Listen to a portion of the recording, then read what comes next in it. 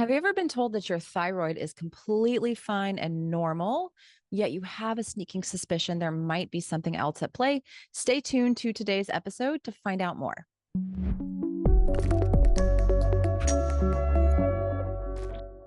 Welcome back, my friends. My name is Sarah. This is the Sarah Kleiner Wellness YouTube channel. And today on the show, I have Dr. Stone, and we are going to talk all about the thyroid. The thyroid is her specialty, and she really does a great job of working with people who have been told maybe by regular doctors that their thyroid is completely fine and normal, but they have all these symptoms. So we're going to talk about symptoms of thyroid issues and then what you can do on a more natural side to fix your thyroid rather than just going straight onto some medications, which again, a lot of times in our medical system, people may have a slightly abnormal number and they're just prescribed a medication and sent on their way. So I'm really excited to share this episode with you and hopefully help some people who might be struggling with this issue.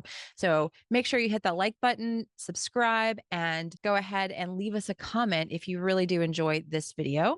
And make sure you follow Dr. Stone. All of her information is going to be linked down in the show notes for you. Two little quick shout outs to some sponsors. The first one is going to be Viva Rays. We talk in this episode about the connection between thyroid issues and circadian rhythms. So don't overlook that in your thyroid journey and check out Viva Rays. Use my code YOGI to save 15% off of their circadian rhythm glasses, which are going to help you with that circadian health. Very, very helpful. And there are actually a host of scientific studies showing the connection between thyroid cancer and artificial light at night. So this is very well scientifically researched. And again, use the code YOGI to save over at Viva Rays. Second sponsor of today's episode is going to be Optimal Carnivore. Make sure to go to the show notes to check out that new landing page for anybody who follows the show, special deals and bundles. And I'm really loving their joint and bone restore product, especially with all of the moving and bending over and all these things I'm having to do with a new baby at age 43, almost 44. My body definitely appreciates that extra support for cartilage, and it's a really great product. Again, they don't add a lot of extra liver, which is something that a lot of organ meat companies do. Nothing to knock on liver at all. I think it's great, but it's just not something that you want to take every single day, time after time. It's something that you sprinkle in there on occasion. So again, check them out, and you can use that special landing page link, which is going to be down in the show notes for you to save on these products. Without further ado, let's jump into today's episode. Hello, everyone. Welcome back to the show. Really excited to have today's guest here to talk about all things thyroid. So, Dr. Stone, thank you so much for being here. Yeah, thank you so much for having me on. I love talking about all things thyroid and just spreading that message because, as you know, lots of people with thyroid issues. So we got to get the word out there. By the way, I love the birds in the background. That's so amazing. Yeah, I'm in Georgia and we are surrounded by all these amazing trees. And so, yeah, I don't have a professional recording studio just yet. This is my, This is awesome though. This is amazing. This is how we do it here. I love it. Yeah. So let's talk a little bit about you and how you got interested in just working specifically with thyroid, your history, all that good stuff. Yeah. So kind of interesting. When I was in med school, really thought that diabetes was going to be the thing that I focused on. I did a lot of work in that area, have family members with type 1 and type 2 diabetes. So it really hit close to home. And then I got into practice and, I'm sure like real world throws us different things. And so what I found is that I had a lot of women coming my way and a lot of women with thyroid issues. So I was like, all right, I need to kind of up my game and figure out, how to best serve these women. And in that process, so of course, med school, fairly stressful time, getting a practice started, very, very stressful time. And I actually developed Hashimoto's myself. And so I was like, all right, this is kind of self-serving in some ways because I need to figure out how to take care of myself. And in the meantime, also figuring out how to take care of my patients and make sure that their needs are met. So it was kind of by happenstance. And the more I did it, the more I found just how much simple things can really make a difference when it comes to managing thyroid health. And a lot of these women were not getting the help that they needed in the conventional system. It was, here's a medication, or no, everything's fine, even though their labs really indicated otherwise. So I really found that there was a missing piece there for a lot of people who needed help and weren't getting what they needed. So figured time to step up.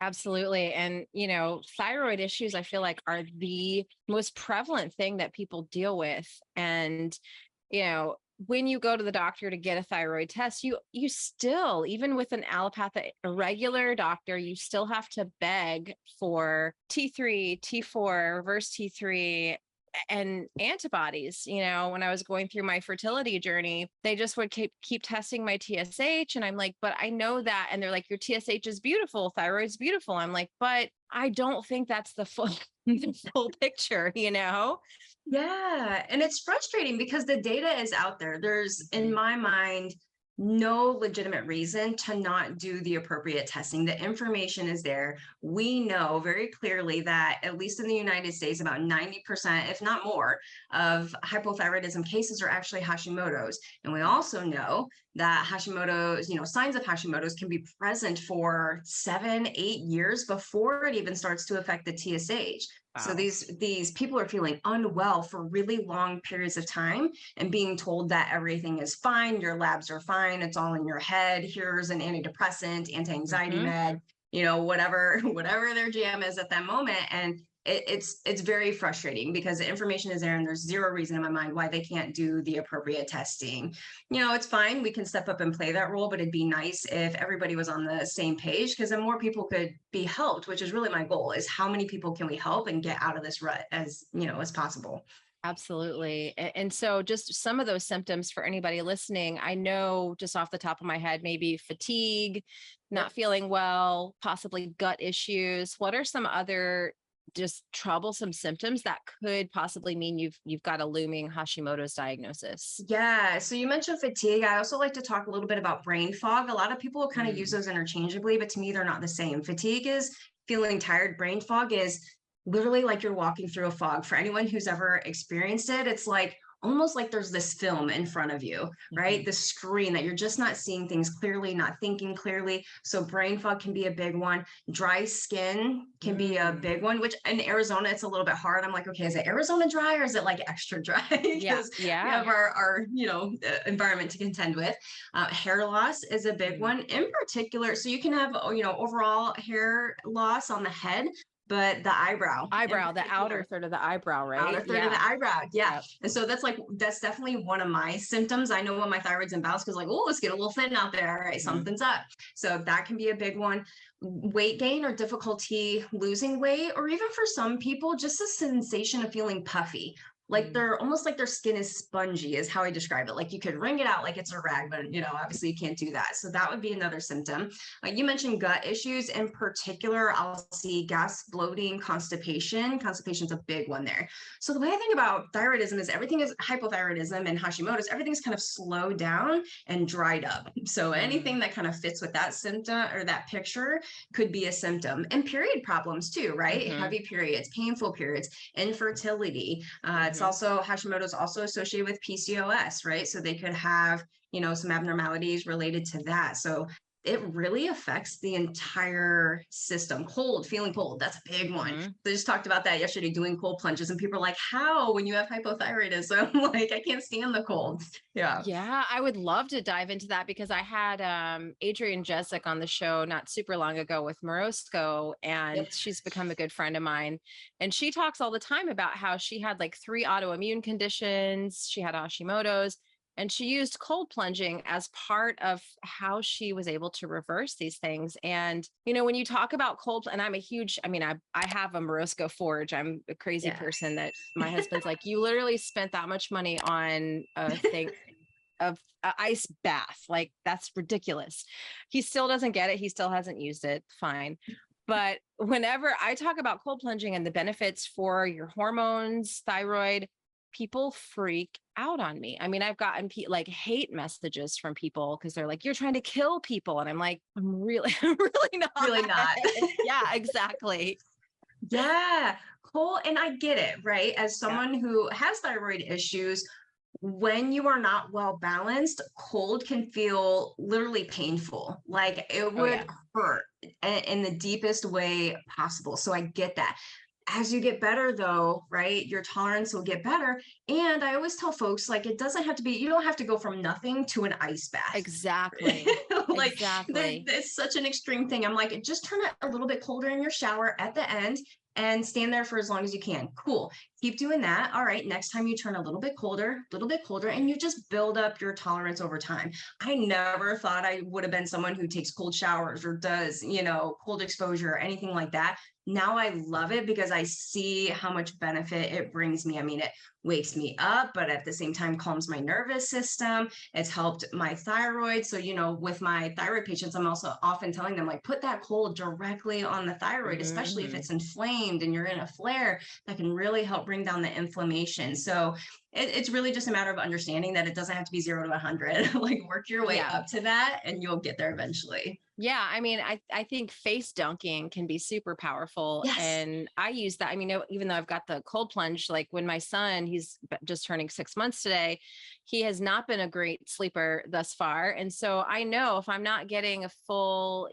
good night of sleep, my body is a little bit more stressed out and I probably shouldn't be doing a full immersion. And so I will just go and literally stick my face into the cold plunge, right?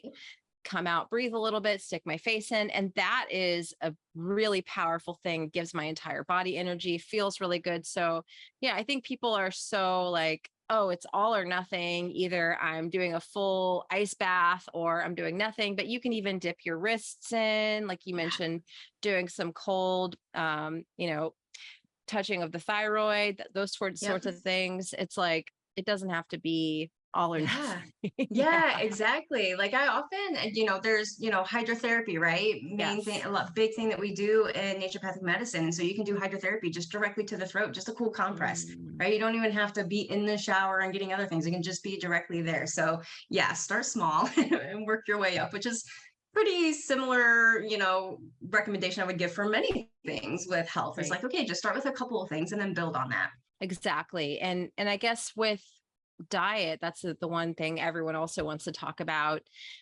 You have some interesting views on diet that, everyone, there's this misconception out there that you need to have lots of sugar for your thyroid and lots of glucose for your thyroid. I get that all the time, especially now this pro-metabolic diet is super popular. Yep. Which, here's a spoiler alert, I probably get 4 to 5 direct messages a week from people who try this and gain 30, 40 pounds and their hormones get worse. I mean, Wow. literally. So I'm not convinced that this is an appropriate method for people with hormone issues and thyroid issues. So what's your nutritional take for a Yeah, lot of yeah. people? So a lot of people that I see, I mean, they're coming from a standard American diet, Mhm. right? So a lot of their thyroid issues are just because their gut's inflamed and their body Mhm. is not getting the nutrients that they need. And so I'm always, nutrition first, nutrients first. And what you're going to recommend for somebody kind of depends on where they're at and what other things they have going on. But in general, I'm a huge fan of animal-based style eating. I find that that is very helpful for people with thyroid issues. Because if you think about it, like red meat in and of itself has so many nutrients that are vital for the thyroid. B12, zinc, selenium, carnitine. I mean, all these things that are required. And I find, and this is not a knock against vegans, vegetarians, like you do whatever you want to do, but I Right. do find that those folks have a little bit harder time getting their thyroid balanced versus somebody who is eating at least some animal protein. I'm able to get them regulated a lot faster. So again, not a knock on that. Everybody's body's different. If you're thriving, great, keep doing what you're doing. That's what I always tell folks. Like, if what you're doing is working for you, great. If your blood work looks Right. good, you have a practitioner who's guiding you, they know that your labs look great, right? Internally things are functioning the way that they should, fine, keep doing it. But in my experience, I see a lot of benefit from, really making sure that they're getting enough protein. That animal protein is really helpful. And the carb thing is so interesting to me. I mean, I've had people on my posts like, how dare you, not Oh tell yeah, people they to get eat all these carbs. so mad. So angry, so angry. Yeah. And I'm like, listen, like, I do think for some folks, carbohydrates, they have their place, right? Right. especially for, I get a lot of folks who have adrenal dysfunction, right? So we need Mm-hmm. to make the body feel safe. We need to make sure that it's well nourished, right? Do that first, and then, kind of move their diet from there. But it's very interesting to me, because if people really, really follow my recommendation, like my patients, and I put them on, sometimes I'll do like an elimination diet first, like, fairly strict carnivore or fairly strict animal based with some things taken out. I see movement super fast. I'm talking like within 2 weeks, they're like, whoa, my energy's better. I'm sleeping better. Mm-hmm. I really see this fast turnaround. So if people can commit to that and kind of leave their biases aside, right? Yeah. Then I see a lot of benefit from doing that. And, that carbohydrate piece, sure, if you want to eat fruit and that resonates with you and it's in season and all of those things, then cool, go for it. Like if it serves Yeah. your body well, do it. But I think animal based is like a good kind of foundation for a lot of people with thyroid issues. I agree. And it can be hard for some people. I've got a good friend of mine who I know from the yoga community. We both taught yoga together for years, and she is now just suffering with thyroid issues, hormone issues, and she's been a vegetarian for 20 plus years. And it was yesterday, she actually messaged me and said, okay, I've just ordered a bunch of meat from white oak pastures, and she wanted to get, the nicest farms. I'm like, yes, good. Okay. I'm going to help you. I'm going to help you start doing this, because she's just at this place where she is desperate to feel better, and I think that's where a lot of people will get with thyroid issues, is they're just like, I'm exhausted. I feel like I can't get out of bed. If they are of reproductive age, their cycles have become absolutely miserable. And so people on Instagram, and social media can kind of jeer and poke and say whatever they want to about eating more of an animal-based diet. But I think it can be a huge game changer for people, because like you said, the animal protein contains a lot of the essential nutrients that the thyroid needs. And then just from the standpoint of lowering inflammation also, that's what the conversation I was having with her yesterday. I'm like, now you're not going to want to hear this, but I need you to quit the nuts and seeds. And she was like, what am I going to eat? I'm like, just give it a couple of weeks, no nuts and seeds, heavy on the animal based, and let me know how you feel, because I think you're going to see a huge difference. Because how do you feel? How do you feel about nuts and seeds for Yeah. thyroid? I avoid it as well. Yeah, Yeah. it's also something. And Mhm. what I try to remind people too is like, this isn't just some random idea that I came up with. Like, this Right. has been years of, trying different things with my patients, trying different things with myself, seeing what helps me feel my best.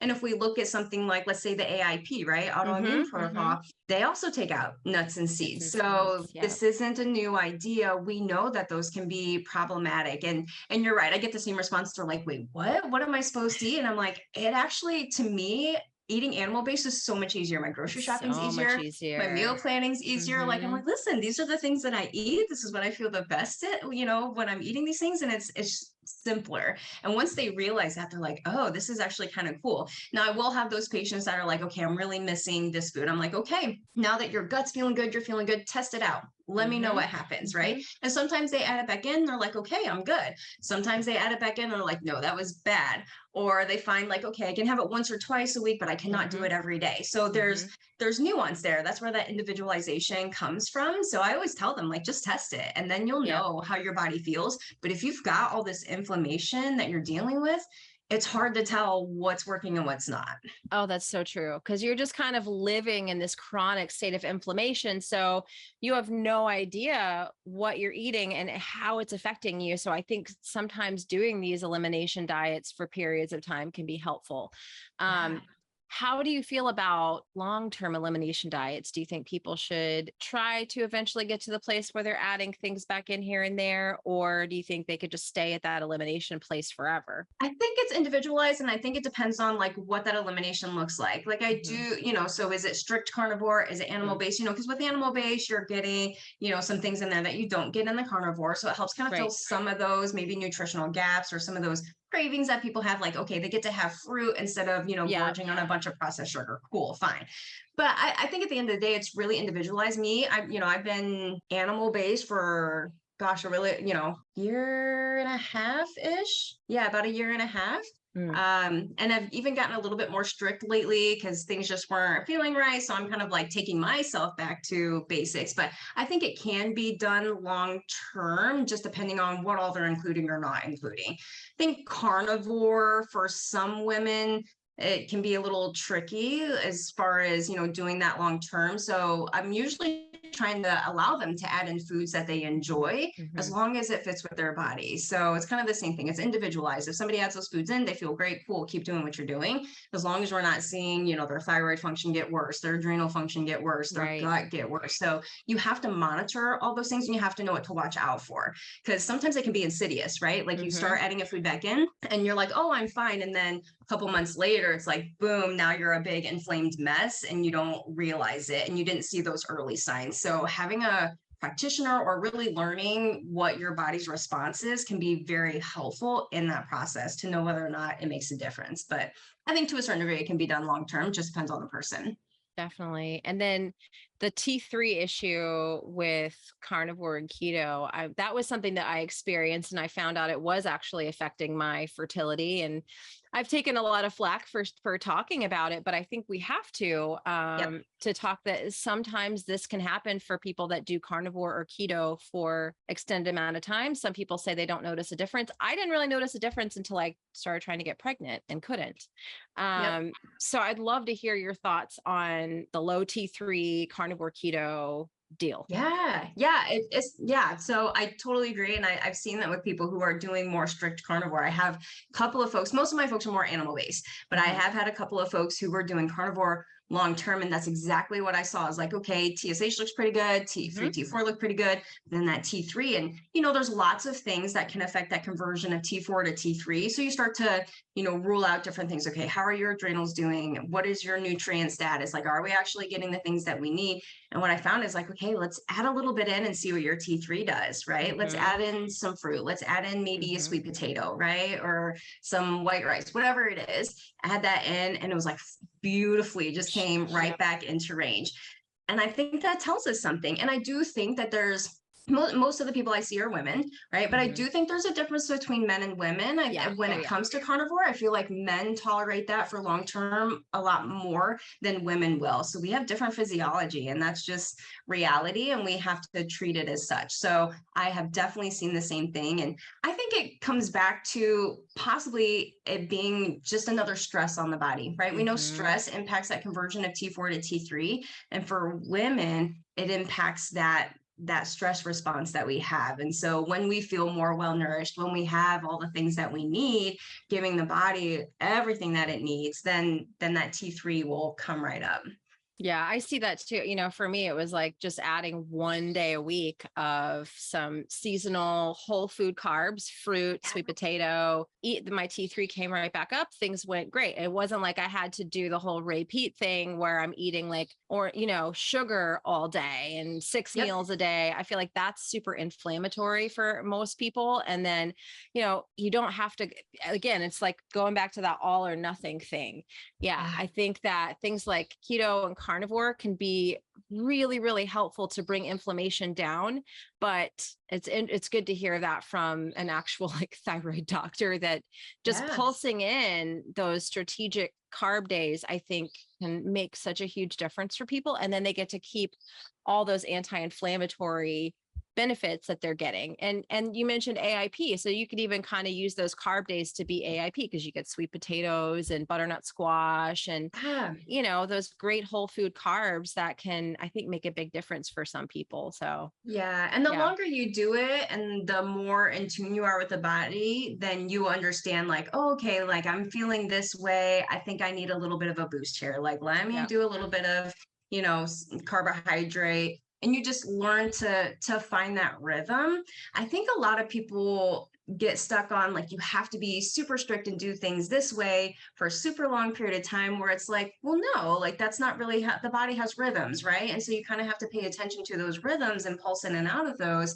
And that's where the benefit is. And also just testing things out Hmm. and seeing how your body responds. And if it doesn't go well, then you know that didn't work well for you, and you just keep trying. So it doesn't have to be, again, all or nothing. It's like, just test it out and see what your body does with it. Yeah, I think we have to pay attention to the signs. And sometimes a diet, I talked with Dr. Will Cole about this a couple of years ago, and he's like, some diets, they do really wonderful things for one system of the body, but then another system of the body suffers, and so we have to look at, okay, maybe your gut is doing amazing, but your thyroid's down regulating, right? And Yep. so there's a trade-off, and we have to kind of try to find a balance, and if someone is like doing these diets long term and they're either stuck with their weight, they're starting to be a little more fatigued, maybe they're losing some hair, could be a Yep. sign that it's time to switch things up, and not to maybe go in the other direction entirely and carb loaded every meal, which I've seen people do, but just try to be strategic about adding and pulsing some things in, Yep, exactly. That's such a great point. Yeah, I totally agree with Will on that. Yeah. And you mentioned signaling. What are your thoughts on circadian rhythms and thyroid? Do you practice that with your Huge. patient? Yeah.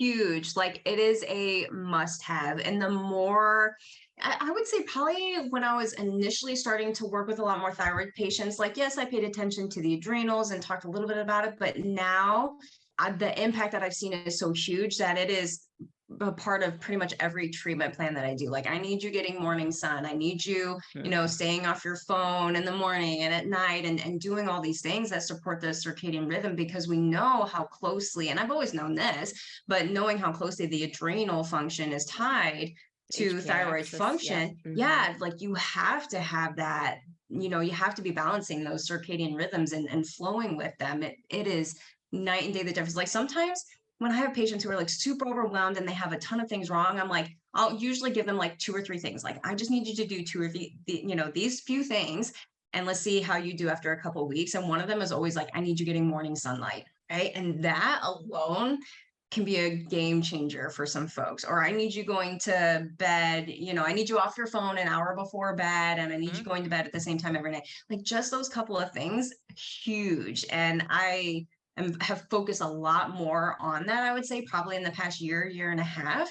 And it's made a big difference for my patients. Huge. Yeah, I see just people wearing blue blockers at night, just these little small changes that, I've heard about these things for years, but until I had kind of my own little health crisis, I just wasn't really open to them. I'm like, it seems too simple to be true.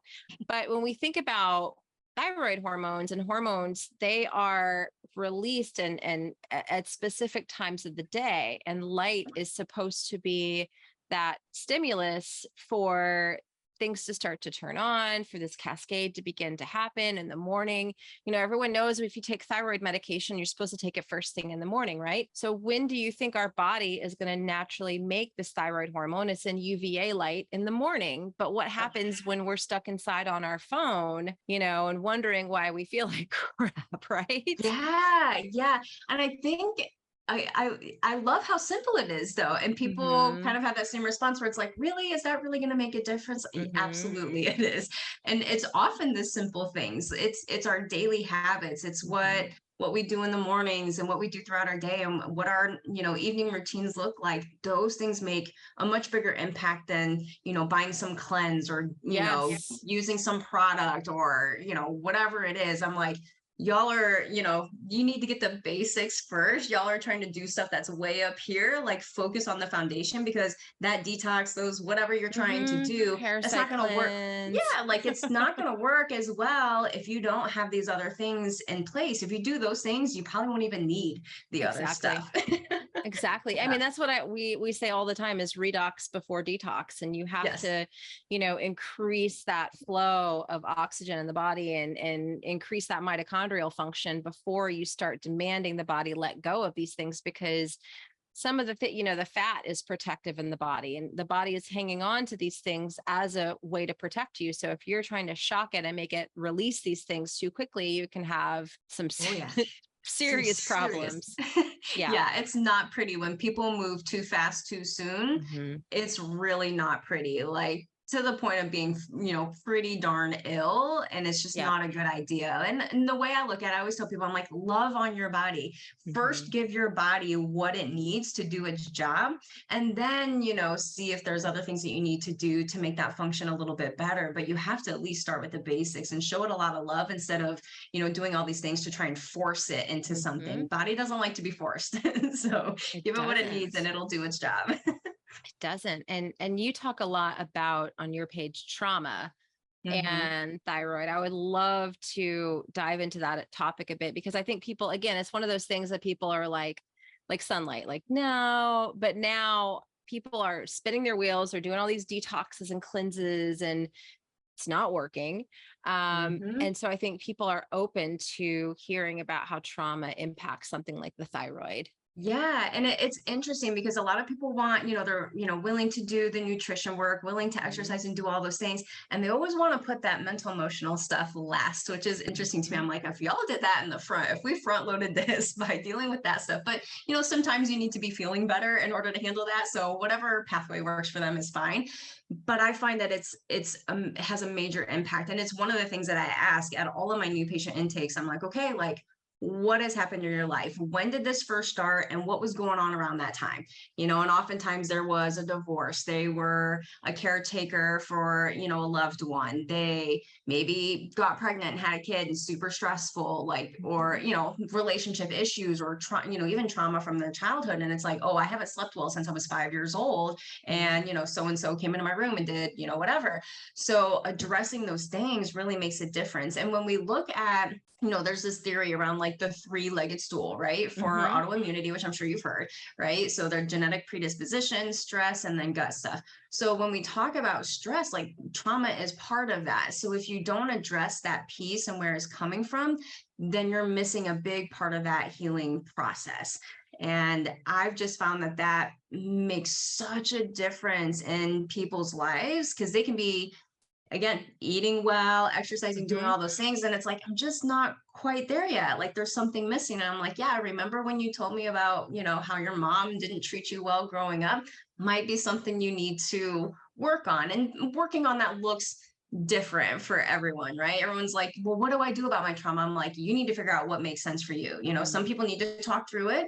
Other people need to, maybe do hypnotherapy or Reiki or like there's so many different ways to address it. That's not my area of specialty. I refer out for that stuff, but Yep. it does need to be taken care of because if you don't deal with that stress response, that because you've basically your nervous system is still responding to those things and your nervous system matters for your thyroid. It does, absolutely. And that's the thyroid is really regulating the energy system of the body essentially. And so if we don't feel safe, if we feel like there's a threat and there's unresolved trauma, something we haven't dealt with, the energy system, the thyroid's going to down regulate again as a protective mechanism. I think we are so quick to just say, oh, my body is failing me. We use these kind of I get a lot of comments, I'm sure you do too, on your page from people who are like, "Oh, my body is against me and it's failing Attacking me." me. Yeah, it's attacking me. And I'm like, "Yeah, this is why you have an autoimmune condition because you've got that kind of languaging around what's happening with you. You're allowing that and your body hears that message loud and clear and is down regulating that." So, Yeah. yeah, we And have to. if we look at the thyroid and say, okay, it's doing this thing in response to either my internal and or external environment. So there's something going on in my environment that needs to shift and it's serving me the best way that it knows how. Now it's my job to figure out how to best serve my thyroid. And if you show it a lot of love, it will 100% love you back. Exactly, exactly. So I guess when you work with someone that has a thyroid issue, let's say they come to you and they've got Hashimoto's, for example, and I'm assuming, a lot of people that have Hashimoto's are also dealing with, um, hypothyroidism as well. Would that be Yep. correct? Yeah. Yep. Yeah. Yep. Majority are.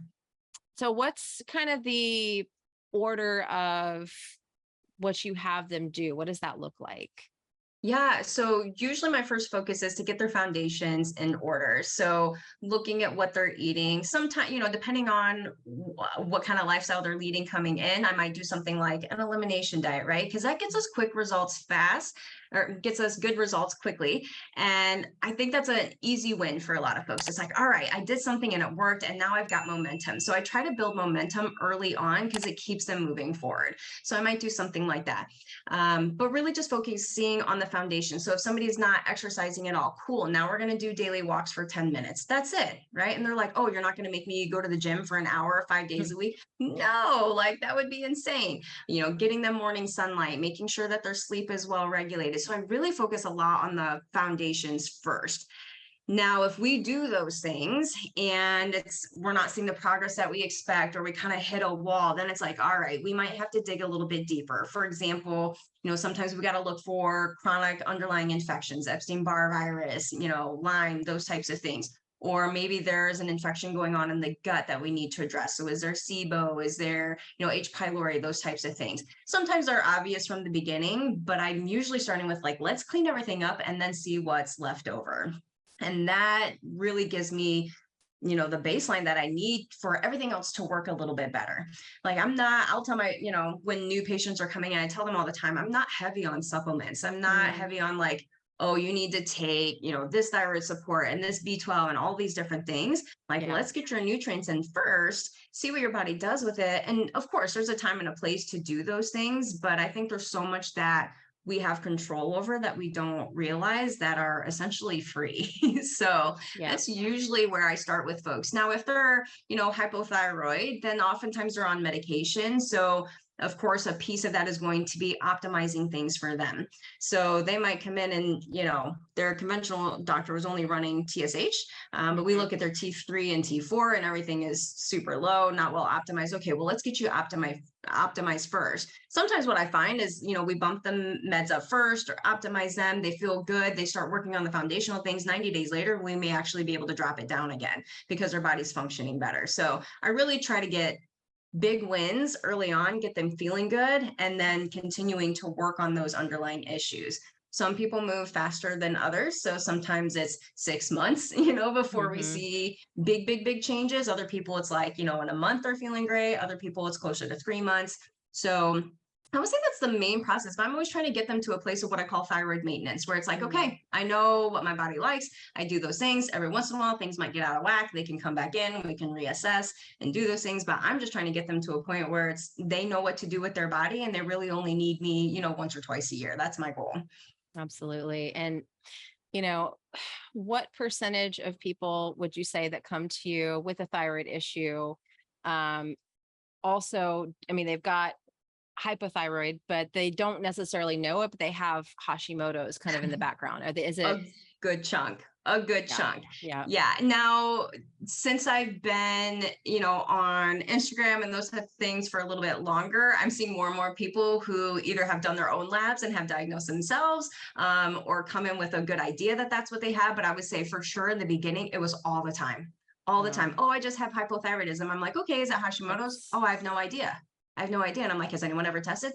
No. And I'm like, well, of course we need to do that first. Has anyone done an ultrasound? Like all these basic things. So I would say it's changed over the years, but that's also been a process of how I market myself and the things that I share online, because people are more aware and they realize like a lot of people can order their own labs. And so changed a little bit, but in the beginning, a ton of people all the time.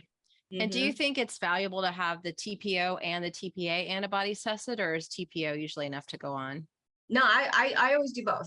I always do both, because you can have one or the other. Like a lot of time, majority of the time I'll see TPO, but as being the main one, but I've seen both. So I always run both. Yeah. Yeah. Yeah. And then I guess as far as medication goes, because I know a lot of people are on medication, do you have a lot of people that you're able to really get to this better place with their thyroid, maybe through diet, circadian rhythm work, trauma work, and get them off of medication or kind of lessening their medication? Yeah, definitely lessening is one of the main goals. Getting off really kind of depends. Like if they've had, some people come to me and they've had Hashimoto or had hypothyroidism for 15 years, didn't know they had Hashimoto. So there's been a lot of cellular damage. Oh, And some of that you can't recover, right? We'll try, but I always tell my patients, I'm always willing to try, right? So let's bump down your dose, see what your body does with it, retest, kind of reassess. So my goal is always to, at the very least, reduce their reliance on medication. But I have been able to get some people off of them. Like I was on thyroid medication for probably about a year and got myself off of it. Everybody's a little bit different though. So some people can, some people can't. And I know that it's such a big goal for a lot of people that come to see me. They're like, I don't want to take this anymore. And I'm like, yeah, but your thyroid really at this point is just not doing what it's supposed to do because there's been too much damage. And that's okay. There's nothing wrong with taking medication, but try to minimize that when we can. Yeah. And a sign that maybe they're on too much medication or they're starting to heal, what would that look like? So usually they'll start feeling more hyperthyroid. So everything will be like their heart will start to race. They might have palpitations, feeling more anxious. Those types of things are usually what I look for. So pretty much the exact opposite of hypothyroidism. It's like, oh, okay, things are running a little bit too well. Let's back down a little bit. So, and some of it is just a matter of finding the right medication too. A lot of people coming in on levothyroxine and Synthroid, and it's not serving them well. So we either get them uncompounded or natural desiccated. Sometimes I'm combining it with like thyroid glandulars, and that can be enough for some folks. And that helps us kind of tip the scale. You're still relying on a supplement to do some of that work for you, but that has more benefits to it than doing medication most times. Yeah, I wanted to talk about the glandulars because I've had people ask me, they're like, can I go off of my thyroid medication and just take glandulars? And I'm like, not under my watch. No. Yeah, it's definitely not like a swap, right? It's not like changing one medication for the other because most of the glandulars on the market are not going to be potent enough to do what a thyroid medication can do. Can they help you lessen your thyroid medication dose? Absolutely. But I would never, ever, ever recommend that anyone just try and swap the two. There's one, have you heard of Thyrogold at all? I haven't. Yeah. So one of my patients had found this a while ago, and they're actually pretty potent. I was kind of surprised that they were allowed to be on the market. I was like, really? Like this could actually hurt somebody if they were to take it. So I was kind of, I don't know if it's still on the market. It's been a while since I've seen her. But I was actually pretty surprised, but hey, it worked well for her. And we were able to drop her dose. So I was like, all right, cool. But glandulars can be great, but definitely not a substitute for when medication is required. Got it. Yeah. I've actually heard that it can be pretty dangerous if you just try to swap it out and do glandulars instead of your regular medication. Because the glandulars also, from what I understand, you don't really know what you're getting. Like they could say it's potent, but it's not potent, or they could say it's not potent and it's super potent. And so it's harder to really accurately measure and dose those, right? Yeah, it's not super well regulated at all. And so, and that's, a lot of supplements that are out there too. So you have to be really mindful about how you use those, especially if you're on medication. Can they be helpful? Yes, but someone should be watching you while you do that. Definitely. Yeah. And I think with thyroid, you really do need to have an extra set of eyes, and people need to continue to monitor, I think, the labs too. I'm not a huge, do your labs and freak out about this level and that level. But I think thyroid is one of those things, if you're on a medication, that you do need to watch. Because I'll have people do my 21-day leptin reset program, and they start getting hyperthyroid. They're like, I'm having heart palps and this, that. And I'm like, your thyroid's getting better. You need probably less medication. I can't tell you how much. You need to go get your labs done and work with your doctor to bring the dose down. But yeah, I see people doing elimination diets, doing my reset program, and then their thyroid improves, but they're taking too much medication. So because people don't realize how powerful those things can be. Like it makes a huge difference. And so, it's one of the areas. I'm not a huge fan, again, of doing, bunch of labs all the time. Like I use them. The way I think about labs is, are the results going to change what I do for this patient, right? Are they going to give me information that changes my treatment plan? If yes, cool, then let's do them. If not, then I, kind of let them go unless it's something the patient wants to do. But thyroid is one of those things that it can be kind of fickle. And especially if you have Hashimoto's, because if you're in a flare, something triggered it, like you can get pretty wild swings. People can go from a hyperthyroid state to a hypothyroid state, during a flare and afterwards. So it does need to be watched, especially when you're changing things. So that's always like my rule of thumb for folks, like, okay, if you're going to change something, let's just see what your thyroid does, pay attention to your symptoms, and then we'll test if we need to. Exactly. Yeah, Yeah. I think that's just working with someone for these things is is really Yeah. key, having someone in your corner. But that's a tough thing. I mean, that's why I want to bring you on, because I think it's a tough thing for people to find someone that isn't going to just throw medicine at them. Because when I was going through my stuff with fertility, I had an endocrinologist that said, "Oh, your T3 is low, but that's not a problem." Then I had my gynecologist, and she was like, "Let me give you some Cytomel." And that was a trip. Talk Yeah. about like out of body experience. So that was a bad thing, because I was having all those hyperthyroid symptoms, even though my T3 was low. Taking exogenous T3 was not the answer. Yep. What ended up needing to happen was a nutritional change for me, Yep. but I guess everyone is so different, because someone could have really low T3 and maybe benefit from something like Cytomel. Yeah. But yeah, it's Yeah, just, but it's hard to find people. And I get that message all the time from folks, and it's heartbreaking. It's yeah, heartbreaking because I can't, there's certain things that I can't do. Yes, I can consult with, people out of state virtually, but I can't diagnose and I can't treat across state yeah, lines. yeah, Right. So if they need me to do those things, then I need them to be here. yeah, And it is difficult, especially if their practitioner's not willing to work with them. Sometimes what I find is helpful is getting them to do their own labs and then taking that to their practitioner and being like, here's what I'm seeing. Like, can we have a conversation about this? yeah, Right? Can we talk yeah, about what these other things mean? This is what I know. But of course, the practitioner has to be open to that. So right, sometimes it's a matter of changing doctors, but if you're in a small town, that's not always possible. So right. the thyroid patients do run into a lot of that. It can be super frustrating to get the care that they need, especially if they're in kind of a rural area where there's not a lot of options for physicians. So Yeah, that's where I try to provide like as much information as possible on Instagram, but it does take having a practitioner who can, especially if you're on medication, right? Having someone there who can adjust those things for you and get the proper testing done. So yeah, that's kind of a yeah. bummer. It can be super tricky for sure. Yeah. Yeah. But Yeah. just kind of knowing to look out, like if you're not feeling right and the doctor that you're with, the provider that you're with is not listening to you, it's worth continuing to try to seek out the person that can, because Yeah. I truly believe in like energy, law of attraction, that we're going to find that right person and that right situation if we put that out there. Right. And the information that we need in order to heal. That's why I love doing this podcast and bringing people like yourself on, because I think, sometimes people just need to hear from a conversation like this, like, okay, I'm not feeling right, things aren't working correctly, here's some things I can try, and maybe I need to dive a little bit deeper and look a little bit deeper. Yeah, and the what I find too, because I again do virtual consults for people who are in other states, is a lot of times I'm giving them information that will help them communicate with their physician better. Because Mm, sometimes they just don't realize that maybe they're not telling their physician all the things that they need to know to make good clinical decisions. So I'm like, here's what you want to say, here's what you want to show them, right? Explain what's going on and see if they're open to that.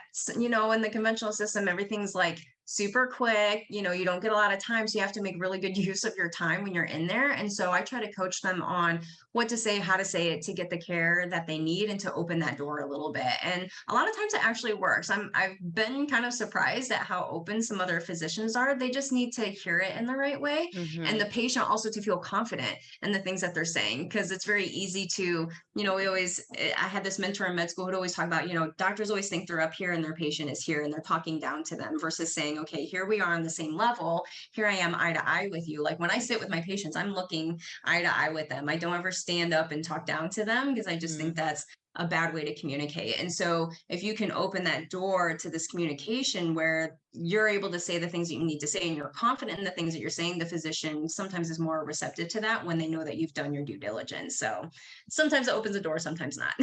yeah, I hope. And I think it probably would help the people that are able to consult with you, just to feel like they do have somebody in their corner and there is someone who wants to help them. And hopefully that can give them a little more confidence to either find another provider that will work with them a bit more, or go and begin to make the proper lifestyle changes to support themselves better as well. Because I think, yeah, that's what, that's the thing I also realized with my whole fertility journey and looking at my thyroid is like a standard doctor never once says anything about diet. And my endocrinologist was actually a vegan. So yeah, not a good fit.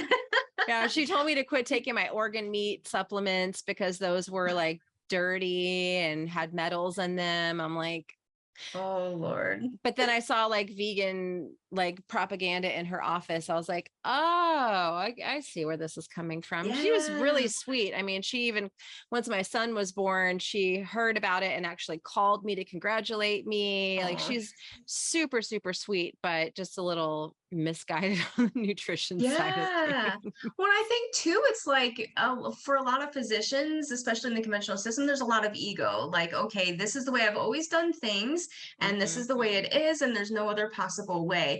And I think any doctor can run into that, right? Naturopathic Yeah. doctor, conventional, whatever. And I think it really just takes having an open mind. Like Mhm. when I first started learning about the carnivore diet, I'm like, no way, like, Yeah. no way. Like, Yeah. what is this? And naturopathic medical school is all about like half your plate needs to be vegetables, all of these things. So I'm like, Exactly. mind blown, but I was like, well, what better way to figure it out than to try it myself? So Right. I usually use myself as the experiment first, kind of see how things go. And then if things go well, I'm like, all right, let's try it with a couple of my patients and see what happens. So you have to have an open mind and Mhm. realize that things that you've learned them from other people who've learned them from other people who've learned from other people, right? And that Right. doesn't necessarily make it true. So observation is one of the main things we can do in science and in medicine. So try things and observe, test them out and see what happens, and just be open to the possibility that sometimes everything you know is wrong. Exactly. That's a tough place to come to, but I Yeah. think it can be also very freeing when you let go of a lot of that stuff that's kind of holding you back and you're willing to try new things. You're like, okay, that's kind of where my yoga teacher friend is at right now. Yep. She's like, I've been vegetarian for 20 years and I am majorly suffering. And I was like, listen, you don't necessarily need to go carnivore. In fact, I'm not going to really recommend that you do that immediately. I would like Yep. you to let go of the nuts and seeds. I'd like you to add a lot of red meat, but you can keep your squashes and fruit and stuff like that, like apples and cherry, that's fine. Yeah. Keep that, but let's let go of the nuts and seeds and some of the more inflammatory foods. And she's big into like kale smoothies and tons of cruciferous veggies. And Oh. so I'd love to hear your stance on how those foods can really work for, or I think kind of against my Yeah, I would bias say, yeah. against thyroid. What are your thoughts on that medical I would say, medium protocol? oh yeah, I get, yes. So much, the internet is an interesting place, isn't God it? bless Like, it. God bless it. right? It's like information overload, and you can pretty much find anything to serve whatever your Hmm. bias is, right? Hmm. So, but I have found, I mean, that was one of the main things that when I was first learning about carnivore and animal based, I'm like, well, we need our vegetables, right? It's good for our gut. We need all these antioxidants. We need XYZ, Hmm. right? And I'm like, okay, well, try it out yourself, test your blood, right? See how you look before and after. And man, I'll tell you what, I have several folks who came in doing kale smoothies, right? And I was like, okay, take out all salad, right? Instead of doing an elimination diet, doing this, doing that, they were doing, eating fairly clean, whatever that means, but eating fairly well. But they were doing tons of, salads and tons of veggies. And I'm like, just cut them out for a couple weeks, see what happens. And almost always their gut got so much better, less gas, Hmm. less bloating, better bowel movements. And they're, because that's always the concern, right? If I cut Yep. out the I'm not vegetables, going to how be am able I to going to go. poop? Yep. How am I going to Yep. be able to poop without vegetables? And I'm like, dude, my poops are way better on animal based without all those veggies. And people just don't realize it. Now, it doesn't mean that, if you go animal based or carnivore, that you won't have any, bowel issues. And, some people still have problems, and that's usually related to something else. We know with thyroid, right? That peristalsis is a little bit slower. We don't move things as well. So you got to balance out thyroid and do those things. But I find that taking out, most of the vegetables has a beautiful impact on their gut, which is one of the main things we have to treat in order to regulate the thyroid, because we know leaky gut is a big part of that. So if we take that piece out, the things that are irritating it, all those cells lining the intestines, they heal up beautifully, and people are able to then, once the gut's healed, right, then they can test things out and see how they feel. But I tell you what, a lot of them will try it and they're like, nope, didn't work for me, I'm not adding that back in. So Yep. it's great not having those. I love that. Yeah. It's like so counterintuitive. And the first time you hear it, you're like, nah, but you try it for yourself. And you're like, oh, wow, this is, Yeah, there's something to it. Yeah, exactly. Yeah. Exactly. That was my first thought. I'm like, oh, we're not supposed to be eating kale. But it's like once you try it out and you start thinking about the logistics of it, right? Like, first of all, you don't find broccoli growing in nature. Like that's man-made. You don't find cauliflower growing in nature. It doesn't mean that those things are bad, right? Like you can still have them if they serve you well. But I just think of it from, okay, well, where would I find this thing in nature and how often would I actually be eating it? Like, do I ever walk in the store and be like, dang, that kale looks so amazing? No. But that steak coming off the grill, heck yeah, I always want that. So leaning into like, what is my body truly craving? Now, cravings can be a difficult thing. If you're eating a standard American diet, you're going to have cravings that you're not supposed to have. But when you go back to the basics, it's like, oh yeah, this is it. And I don't remember what show it was, but this lady was feeding her dog a vegan or vegetarian diet, and they took the dog on a show and had two bowls, one with the vegan food in it and one with like some meat. And she's like, oh, he's gonna go for the vegan food, and then right to the meat. I was like, oh, intuition is strong. Yeah. I mean, my 6-month-old, we just started him on a little bit of food, and his first food was bone marrow. And he loved it. I mean, you would have thought I was giving him ice cream. Like he was just like squealing and just so excited and happy. And I'm like, yeah, because the doctor was like, start them on like sweet fruits and apples and bananas. And I'm like, okay, well, eventually I'll try some of those, but I'd like to go more savory with him and try like meat on the bone and things like that. I mean, because those things are really, really nourishing and helpful for babies and for all of us. And we're so drawn, thinking about these plants, and plants are the most healthiest things and this, that, and the other. And I think you can have, like, I look at things differently now. I used to be a big, huge, before I kind of got into the alternative, because I figure what I do is like not even alternative. It's like double alternative. Where I got into alternative health, like I would look at what Dr. Hyman would say is like, meat is a condiment. Most of your plate is vegetables and meat is a condiment. And now I'm like, most of your plate is meat and the plants are a condiment, like that's how I feel like it ideal for most people is going to look like. And if someone hears that, and they're like, no, that sounds terrible, I would ask them to look at maybe their stomach acid levels, look at their digestive function.